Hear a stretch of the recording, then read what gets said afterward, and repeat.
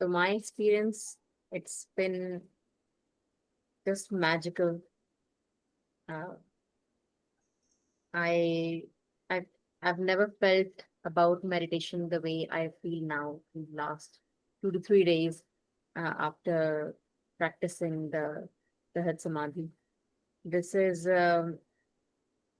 just next level, and I felt like I was able to do it with ease.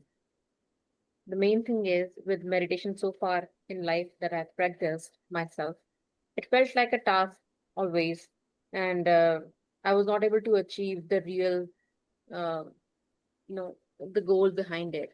But in just 3 days, I feel like without putting almost any effort, I was able to feel um, like I'm in a different zone, a lighter version of myself. So I'm truly amazed and thankful that I got this opportunity, and thanks to you for guiding us. Thank you so much. No, that's really great thing. Yeah, that's wonderful. Yes, yes.